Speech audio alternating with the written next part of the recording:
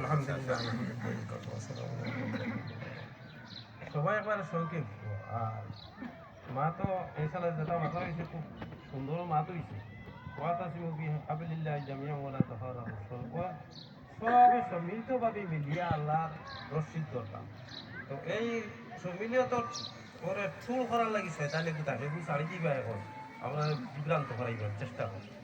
যেত জোয়ান হল মসজিদ ঈদগাহ মাদ্রাসার লগে আন্তরিক সম্পর্ক থাকবো এরারে বিদায় হিসাবে আল্লাহ ছাড়ি দিব জিকাই না আমরা শিখতে পারতাম ও আমরা ভালো বুঝি নেই।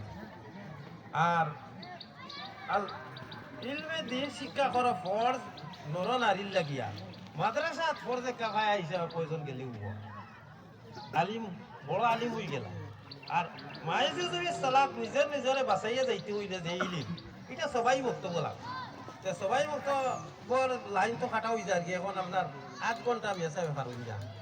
8 ঘন্টার টাইমে কি হইব স্কুলে এইতো কি দৌড় তখন আমরা যদি প্রাইভেট এখন এটা স্কুলে বারসার প্রাইভেটও আমরা পারি প্রাইভেটের লাখান যদি আমরা উপযুক্ত মৌলানা হল আইয়ে বিএ পাস মৌলানা হল আসুন রাখিয়া আর প্রাইভেট ক্লাস 8 পর্যন্ত আমরা শিক্ষা দেই লগে ইসলামিক পূর্ণ শিক্ষা হইত তখন মাদ্রাসা তো যাওয়া লাগতো না কোনো মাদ্রাসা হয়ে যাব।